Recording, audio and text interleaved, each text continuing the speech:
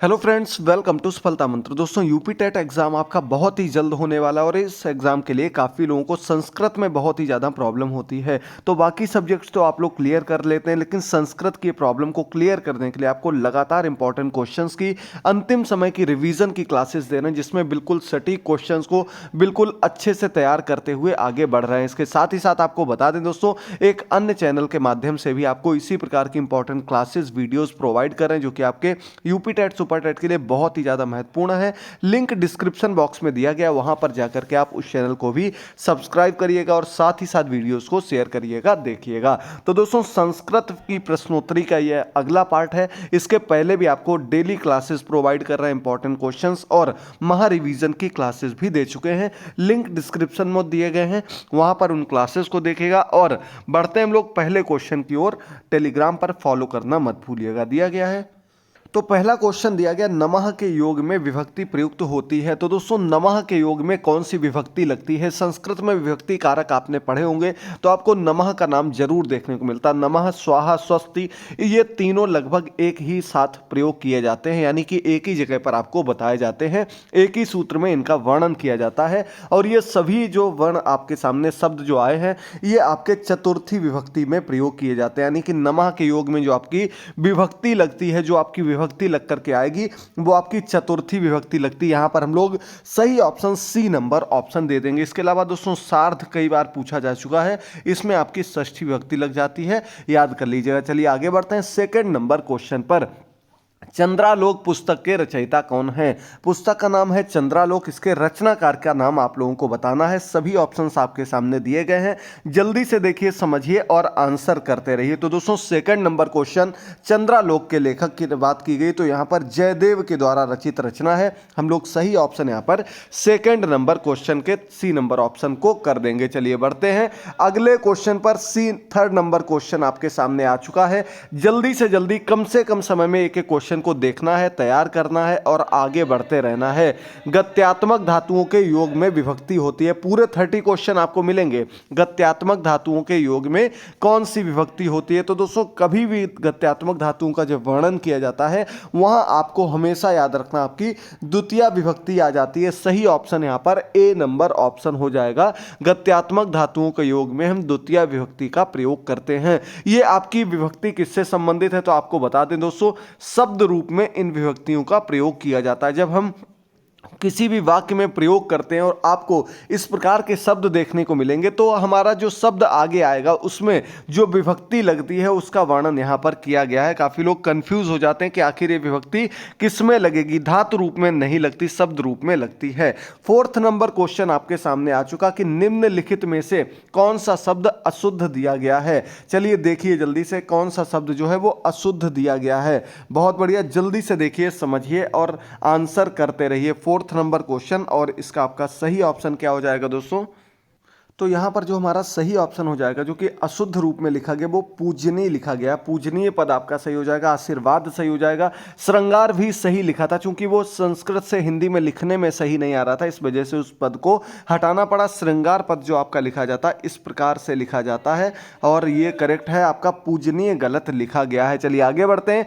5 number question पर दिया गया, वाल्केन संयते है। वाल्केन संयते, ये आपको पद दिया गया है, ये आपको बताना किस प्रकार का पद है, किसके अंतर्गत आ जाएगा, कौन से वाक्य में इस पद का वर्णन किया गया है। तो दोस्तों, आप लोग देख लीजिएगा, तृतीया विभक्ति लगी है, यते वाला पद आ रहा है। यहां देखिए यते लिख करके आ रहा है, यानी कि यहां पर जब हम पद की बात करेंगे तो वो आपका परिवर्तित कर्तवाच्य से भाववाच्य में परिवर्तित किया जा चुका है। सही ऑप्शन सी नंबर ऑप्शन हो जाएगा। ये वर्तमान समय में जो पद है, ये आपका भाववाच्य का पद यहां पर दिया गया है। सी नंबर ऑप्शन बिल्कुल करेक्ट हो जाएगा। चलिए आगे बढ़ते हैं अगले क्वेश्चन पर। 6 नंबर क्वेश्चन आपके सामने दिया गया है, शिशुपाल वधम में सर्ग है। शिशुपाल वधम में कितने सर्ग हैं, ये आप लोगों को बताना। बहुत ही अच्छा क्वेश्चन है, ऐसे एक दो क्वेश्चन जरूर देखने को मिलते हैं। शिशुपाल वध की जब हम लोग बात करते हैं, तो यहां पर पदों की जो संख्या आ जाती है वो आपके 20 आ जाती है। इसमें कुल 20 सर्ग होते हैं शिशुपाल वध रचना में। साथ ही साथ आपको बता दें दोस्तों, शिशुपाल वध के रचनाकार की बात करें तो ये माघ द्वारा रचित रचना, किसकी रचना, माघ के द्वारा रचित रचना है शिशुपाल वधम, याद कर लीजिएगा। चलिए आगे बढ़ते हैं हम लोग 7 नंबर क्वेश्चन की ओर। तो अगला क्वेश्चन भी आपका इसी से संबंधित दिया गया, बुद्ध चरितम में कितने सर्ग हैं। तो दोस्तों शिशुपाल वधम के बाद बुद्ध चरितम के अगर हम लोग सर्गों की बात करें तो यहां आपके कुल मिलाकर के 28 सर्ग आ जाते हैं। B number option. एक महाकाव्य के रूप में इसको जाना जाता है। बुद्ध चरितम जो है एक ये महाकाव्य है, बहुत ही बड़ा ग्रंथ है और ये अश्वघोष के द्वारा रचित है। किसके द्वारा, अश्वघोष के द्वारा। भगवान बुद्ध के चरित्र का वर्णन, पूरी उनकी जो जीवन गाथा है उसका वर्णन इसके अंतर्गत किया गया है। इसमें कुल आपके 28 सर्ग देखने को मिलते हैं। लौकिक साहित्य के अंतर्गत ये आपके इंपॉर्टेंट क्वेश्चन आ जाते हैं, जो कि आपके सिर्फ यूपी टेट ही नहीं बाकी अन्य एग्जाम्स में भी बहुत ही ज्यादा मदद करने वाले हैं। तो इन क्वेश्चंस को हमेशा के लिए याद कर लीजिएगा, हमेशा के लिए समझ लीजिएगा। अगला क्वेश्चन है, संस्कृत साहित्य में पांचवा वेद किसे माना जाता है। बताइए जल्दी से। संस्कृत साहित्य की अगर बात की जाए तो उसके वृहद रूप को देखते हुए पांचवा वेद की संज्ञा जिस ग्रंथ को दी गई है वो कौन सा ग्रंथ है। ऑप्शंस आपके सामने दिए गए हैं और यहां पर जो नाट्य शास्त्र दिया गया ग्रंथ, ये इसको पांचवें वेद की संज्ञा दी गई। अभी तक आपने पढ़े होंगे 4 वेद होते हैं, 4 वेद ही मुख्य रूप से माने जाते हैं, लेकिन अगर किसी चीज को किसी की संज्ञा दे दी जाए, किसी रूप में माना जाए तो वो और प्रसिद्ध हो जाता है। यानी कि नाट्य शास्त्र जो है इसकी जो कह सकते हैं वर्णन को देखते हुए इसे पांचवा वेद माना गया। अगर बात की जाए इसके रचनाकार की तो भरत मुनि के द्वारा यह रचित ग्रंथ है। भरत मुनि ने इसके अंतर्गत नाट्य शास्त्र की रचना की है और इन्होंने इसके अंतर्गत संस्कृत की विशेषताएं व अन्य कई चीजों के बारे में भी वर्णन किया है। चलिए बढ़ते हैं 9 नंबर क्वेश्चन पर। स्प्रे ही रिप्सिता सूत्र में विभक्ति प्रयुक्त हुई है। स्प्रे रिप्सिता, इसमें आपको बताना है कौन सी विभक्ति प्रयुक्त हुई है, स्प्रे के साथ कौन सी विभक्ति लगती है। 9 नंबर क्वेश्चन है, जल्दी से देखिए समझिए और सही ऑप्शन आपका यहां पर जो हो जाता है वो आपका चतुर्थी विभक्ति। जैसे नमः, स्वस्ति, स्वाहा ये सब बताए थे, उसी में स्प्रह भी होता है जो कि आपका चतुर्थी विभक्ति में प्रयोग किया जाता है। और यहां पर हम लोग बी नंबर ऑप्शन बिल्कुल करेक्ट कर देंगे। स्प्रह रिप्सिता में आपकी चतुर्थी विभक्ति होती है। Correct answer B number option हो जाएगा। चलिए बढ़ते हैं 10 नंबर क्वेश्चन की ओर। नित्य नपुंसक लिंग एक वचनांत समास होता है। यह आपको समास का अलग से जो प्रैक्टिस सेट कराया था, इससे संबंधित सभी क्वेश्चन जितने रूप में बन सकते थे उन सबको हमने एक एक करके कवर कर लिया था। तो यहां पर जब भी बात आ जाए आपकी नित्य नपुंसक लिंग एक वचन में हम जो समास रखते हैं वो आपका अव्ययी भाव समास होता है। ए नंबर ऑप्शन आपका बिल्कुल करेक्ट हो जाएगा। अव्ययी भाव समास, जहां पर अव्यय पद मुख्य रूप से प्रारंभ में देखने को मिलता है। ए नंबर ऑप्शन बिल्कुल करेक्ट हो जाएगा। चलिए बढ़ते हैं 11 नंबर क्वेश्चन पर। दिया गया गता सून गता सुश्च नानुशोचंति पंडिता इत, इस उक्ति का मूल स्रोत क्या है। तो ये आपके सामने एक सूक्ति दी गई है, इसका आपको मूल स्रोत बताना है कि आखिर ये सूक्ति कहां से ली गई है। हालांकि ऐसे क्वेश्चंस पिछले कई वर्षों से देखने को नहीं मिले, लेकिन अगर पेपर थोड़ा बहुत चेंजमेंट देखने को मिलता है तो ऐसे क्वेश्चंस भी आपको देखने को मिलेंगे। जितना पढ़ा रहे हैं सिर्फ वही चीजों आप लोग ध्यान से देखते रहिए, तैयार करते रहिए। तो सूत्र आपने देख लिया होगा और इसका मूल स्रोत की जब हम लोग बात करते हैं तो ये श्रीमद् भगवद गीता से लिया गया है। भगवद गीता के बारे में आप लोग जानते होंगे, श्री कृष्ण ने जो महाभारत के अंतर्गत इसका वर्णन किया था अर्जुन के समक्ष, श्रीमद् भगवद गीता, इसी के अंतर्गत ये सूक्ति आपकी उक्ति जो है वो आती है। चलिए आगे बढ़ते हैं 12 नंबर क्वेश्चन पर। पा फा उपमाध्यनीय का उच्चारण स्थान क्या होता है। उपाधनीय के रूप में इसको जाना जाता है और इस रूप में भी इसको कहीं कहीं देखने को मिलता है। पा और फा इस रूप में आपको लिखा हुआ मिले, यानी कि आपका उपाधनीय के बारे में बात की गई है। अब बात करते हैं इसके उच्चारण स्थान की। तो दोस्तों ये आपके उपाधनीय वर्ण जो होते हैं इनके उच्चारण स्थान के रूप में आपके पा और फा रफ के रूप में इसको जाना जाता है, यानी कि इसको बोलने में थोड़ा सा अलग रूप आ जाता है। ये अर्ध वर्ण के रूप में भी जाने जाएंगे और यहाँ पर उच्चारण स्थान वही रहता, ओष्ठ हो जाएगा आपका सही आंसर। यहाँ पर आपका क्या हो जाएगा, ओष्ठ हो जाएगा। सी नंबर ऑप्शन आपका बिल्कुल करेक्ट हो जाएगा। दोनों के उच्चारण स्थान इसके अंतर्गत आ जाएंगे। चलिए बढ़ते हैं 13 नंबर क्वेश्चन पर। दिया गया तेजसाम ही न वयः समीक्षते सूक्ति किस ग्रंथ से ली गई है। तेजसाम ही न वयः समीक्षते। चलिए देखिए जल्दी से, समझिए और आंसर करते रहिए। रहिए। 13 नंबर क्वेश्चन आपके सामने आ चुका है और ये आपका रघुवंशम कालिदास जी की प्रसिद्ध रचना है रघुवंशम, जिसके अंतर्गत लिया गया है। आपका बी नंबर ऑप्शन यहाँ पर बिल्कुल करेक्ट हो जाएगा। बहुत बढ़िया, उम्मीद करते हैं आप लोग क्लासेस को एंड तक जरूर देख रहे होंगे, समझ रहे होंगे। हमारी सभी क्लासेस के लिंक या तो डिस्क्रिप्शन बॉक्स में या ऊपर यहाँ पर आई बटन आपको दिख रहा होगा, वहां पर जाकर के देख सकते हैं। यूपी टेट 2021 की प्लेलिस्ट भी जरूर देख लीजिएगा। 14 नंबर क्वेश्चन दिया गया, अव्यय शब्द नहीं है, इनमें से कौन सा शब्द जो दिया गया है वो अव्यय के अंतर्गत नहीं आता है। चलिए देख लीजिएगा, ऑप्शंस आपके सामने दिए गए हैं। 14 नंबर क्वेश्चन है और आपको पता होगा दोस्तों, सह जो आता है ये क्या होता है, सर्वनाम पद होता है। संस्कृत में सर्वनाम वह जो होता है, हिंदी में वह बोलते हैं, संस्कृत में सह बोलते हैं। और ये किसके लिए आता है, पुल्लिंग के लिए आता है, चूंकि क्या लगा है, विसर्गें लगी हुई हैं। तो यहां पर आपका सह जो आ जाएगा वो अव्यय पद नहीं होता। अव्यय पद क्यों नहीं होगा, क्योंकि अव्यय पद पर लिंग वचन का कोई प्रभाव नहीं पड़ता है, ये हमेशा वैसे ही प्रयुक्त किए जाते हैं। और ये आपका सह जो है, ये आपका सर्वनाम पद के अंतर्गत आ जाएगा, याद कर लीजिएगा। चलिए बढ़ते हैं 15 नंबर क्वेश्चन पर। अर्थ गौरव के लिए प्रसिद्ध हैं। अर्थ गौरव के लिए किसको जाना जाता है, पहले भी ऐसे क्वेश्चन आपको करा चुके हैं। अर्थ गौरव के लिए जिनको जाना जाता है उनका नाम भारवी है। ए नंबर ऑप्शन यहां पर आपका बिल्कुल करेक्ट हो जाएगा। संस्कृत में अर्थ गौरव के लिए जिनका नाम आता है उनका नाम क्या है, भारवी उनका नाम है, याद कर लीजिएगा। चलिए आगे बढ़ते हैं अगले क्वेश्चन पर। अगला 16 नंबर क्वेश्चन आपके सामने है।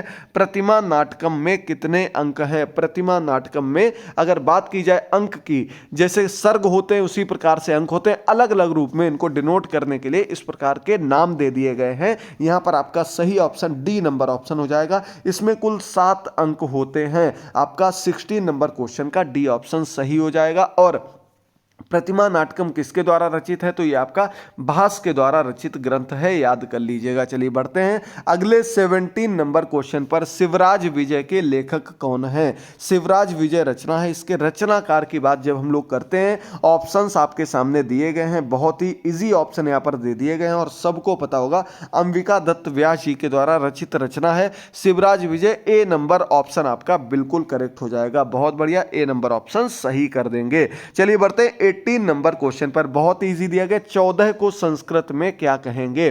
14 14 को संस्कृत में किस रूप में लिखा जाएगा, तो हमने आपको क्या बताया था, इसको हमेशा इस रूप में तोड़ना, 4 + 10, यानी कि जो अलग या इधर की संख्या होगी उसे अलग कर देंगे और जो आपकी 10 के रूप में संख्या आएगी उसे अलग कर देंगे। 4 + 10, 4 क्या हो गया आपका, चतुर हो गया, और आपका 10 हो गया 10 इस रूप में। तो जब एक साथ करेंगे रा जो यहां चढ़ जाएगा, यानी कि चतुर्दश इस रूप में लिखा जाएगा। सी नंबर ऑप्शन आपका बिल्कुल करेक्ट हो जाएगा। चतुर्दश इस प्रकार से लिख देंगे, यही वाला ऑप्शन आपका बिल्कुल करेक्ट हो जाएगा। चलिए बढ़ते हैं 19 नंबर क्वेश्चन पर। उपोसति में संधि है। 19 नंबर क्वेश्चन, उपोसति में कौन सी संधि है, यह आप लोगों को बताना है और बहुत बार आपको बता चुके। उप प्लस ओसति इस प्रकार से लिखेंगे तो पद हमारा बन जाएगा उपोसति। और यहां पर जब हम लोग संधि की बात करते हैं तो आपकी पररूप संधि होती है। ए नंबर ऑप्शन आपका बिल्कुल करेक्ट हो जाएगा। निश्चित तौर पर यहां से क्वेश्चन देखने को मिलेगा, पररूप पूर्व रूप 100% क्वेश्चन देखने को मिलेगा। जरूर इसके जो 2-3 उदाहरण हैं उनको देख लीजिएगा। एंगी पर रूपम, ये इसका सूत्र होता है पररूप संधि का। ए नंबर ऑप्शन बिल्कुल करेक्ट हो जाएगा। संधि की अलग से क्लास भी हमने दी है, बहुत अच्छे अच्छे क्वेश्चन छांट कर लेकर आए थे, उसको देख लीजिएगा तो एक क्वेश्चन वहां से भी बन सकता है। पुराणों की संख्या कितनी है, तो दोस्तों अभी हमने आपको वेदों के बारे में बताया था, अब आ गए पुराणों की संख्या। तो दोस्तों आपको पता होगा पुराणों की संख्या जो होती है वो कितनी है, तो कुल आपके 18 पुराण है। सही ऑप्शन डी नंबर ऑप्शन हो जाएगा। हमेशा ये चीजें ऐसी हैं, हमेशा याद रखने वाली हैं। लौकिक साहित्य के क्वेश्चन जितने भी आपके, वो आपके संस्कृत के साथ साथ आपके जो हमारी संस्कृति है उससे भी संबंधित क्वेश्चन होते हैं। इस वजह से इन चीजों को याद रखना बहुत ही जरूरी है। इन चीजों को याद रखना आपके लिए आगे महत्वपूर्ण हो सकता है। 21 नंबर क्वेश्चन, पूर्व पद प्रधान समास होता है, जिसमें पूर्व पद प्रधान होता है वो वहां पर कौन सा समास आ जाता है। 21 नंबर क्वेश्चन। और अव्यय पद के रूप में हमने आपको क्या बताया था, अव्यय पद होता है और पूर्व पद प्रधान होता है, वहां आपका अव्यय भाव समास आ जाता है। बी नंबर ऑप्शन यहां पर आपका बिल्कुल करेक्ट हो जाएगा। नित्य नपुंसक लिंग के लिए भी हम अव्ययभाव समास का ही नाम लेकर के आते हैं, तो यहां पर बी नंबर ऑप्शन, और साथ ही साथ जो जानकारी वो आप लोगों को याद रखनी है। चलिए बढ़ते हैं 22 नंबर क्वेश्चन पर। कौंतेय पद में प्रत्यय क्या हो जाएगा आपका? कुंती से बना है पद हमारा कौंतेय, संस्कृत में प्रत्यय बताना है, कौन सा प्रत्यय आपका आ जाएगा? 22 नंबर क्वेश्चन है और इसका आपका सही ऑप्शन ढक प्रत्यय हो जाएगा, ए नंबर ऑप्शन। कुंती प्लस ढक कौंतेय पद बन जाएगा आपका। काफी लोग अगर यहां पर ए दे दिया हो तो काफी लोग उसमें कंफ्यूज हो जाएंगे और ए लगाएंगे, ये आपका हिंदी में इस प्रकार के लग जाते हैं। संस्कृत के प्रत्यय बिल्कुल अलग होते हैं। प्रत्यय की क्लास भी बहुत ही आपको डिफाइन करते हुए प्रोवाइड की गई है, उसको भी जरूर देख लीजिएगा। 23 नंबर क्वेश्चन पर हम लोग बढ़ चुके हैं। कर्ता में प्रत्यय है, आपको बताना है दोस्तों कर्ता में कौन सा प्रत्यय होता है। देखिए जल्दी से, त्रिच, अड़वुल, अनियर या फिर अगला दिया गया हमारा अक्तवुत। चलिए देखिए जल्दी से, कर्ता पद का नाम दिया गया, ये कोई कर्ता आपको वैसे नहीं दिया गया। यहां पर जब हम लोग प्रत्यय की बात करते हैं तो वहां पर आपका सही ऑप्शन हो जाएगा ए नंबर ऑप्शन, त्रिच प्रत्यय यहां पर आ जाएगा, ए नंबर ऑप्शन। और इससे हमारा पद जो बन जाता है वो कर्ता बन करके सामने आ जाता है। चलिए बढ़ते हैं 24 नंबर क्वेश्चन पर। यथाशक्ति में समास क्या हो जाएगा? यथाशक्ति में समास पूछा गया है। सीधे सीधे आप लोगों को पता होगा यथा जो होता है वो क्या आ जाएगा? यथा पद आपका अव्यय के रूप में जाना जाता है और यहां पर जब पूरा पद आ जाएगा तो वो आपका अव्ययी भाव समास के रूप में जाना जाएगा। सी नंबर ऑप्शन आपका करेक्ट हो जाएगा। अव्ययी भाव समास में आपका यथाशक्ति लिख करके सामने आ जाएगा। चलिए बढ़ते हैं 25 नंबर क्वेश्चन पर। क्या दिया गया? कादयो मा वसानह, इसमें आपको बताना है आगे क्या भरा जाएगा। रिक्त स्थान की पूर्ति आप लोगों को करनी है। कादयो मा वसानह, ये आपका कह सकते हैं हम लोग वर्णमाला से संबंधित सूत्र है। कादयो मा वसानह स्पर्शः, स्पर्श व्यंजन जो आपके होते हैं का से प्रारंभ होकर के मां तक जाने वाले वर्णों को स्पर्श व्यंजन कहा जाता है। ये 25 वर्ण होते हैं, 5 वर्ग होते हैं, का वर्ग, चा वर्ग, टा वर्ग, ता वर्ग और पा वर्ग। का से प्रारंभ होते हैं और अंतिम वर्ण आपका मां होता है। ये आपके स्पर्श वर्ण कहलाते हैं, स्पर्श व्यंजन के अंतर्गत आ जाते हैं। वही सूत्र में वर्णन किया गया है। ए नंबर ऑप्शन यहां पर आपका बिल्कुल करेक्ट हो जाएगा। चलिए बढ़ते हैं हम लोग 26 नंबर क्वेश्चन पर। श्रीसह में कौन सी संधि हो जाएगी? श्रीसह में संधि बहुत ही इजी ढंग से आपको बताया गया है, सीधे सीधे ही दिया गया, तो स्वर संधि हो जाएगी। श्री प्लस ईसह, इससे बन जाएगी आपकी श्रीसह। संधि आपकी स्वर हो जाएगी। और अगर स्वर संधि के अंतर्गत वर्णन किया जाए तो आप याद रखिएगा यहां पर आपकी दीर्घ संधि आ जाती है श्रीसा में। ए नंबर ऑप्शन बिल्कुल करेक्ट हो जाएगा। चलिए बढ़ते हैं 27 नंबर क्वेश्चन पर। दिया गया अभितः परितः समया निक्सा के योग में कौन सी विभक्ति प्रयुक्त होती है? अभितः परितः समया निक्सा प्रति अनु, ये सब एक साथ में ही आते हैं और इनके साथ में जब भी विभक्ति की बात आती है तो वो आपकी वहां पर कौन सी होती है? तो वो आपकी हमेशा याद रखिएगा द्वितीय विभक्ति होती है। सी नंबर ऑप्शन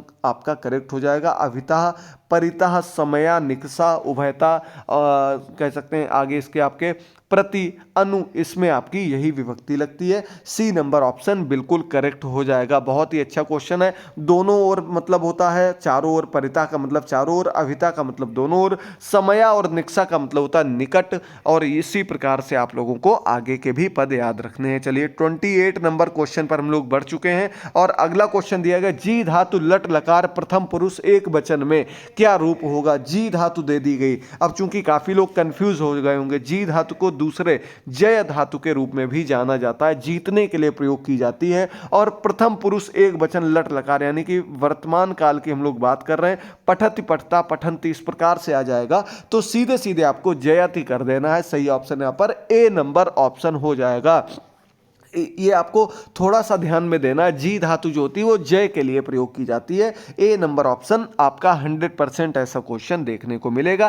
क्लास पसंद आए तो दोस्तों लाइक शेयर जरूर करते रहिएगा, कमेंट करके बताते रहा करिए। आपके कमेंट्स मिलते रहते हैं तो और क्लासेस करने का मन होता है। साथ ही साथ जो हमारा सेकंड चैनल है उसको भी आप लोग जरूर सब्सक्राइब करिएगा और देखते रहिएगा। 29 नंबर क्वेश्चन है हन धातु लट लकार प्रथम पुरुष एक वचन में क्या रूप आ जाएगा? यहाँ लट लकार दिया गया हन धातु के अंतर्गत।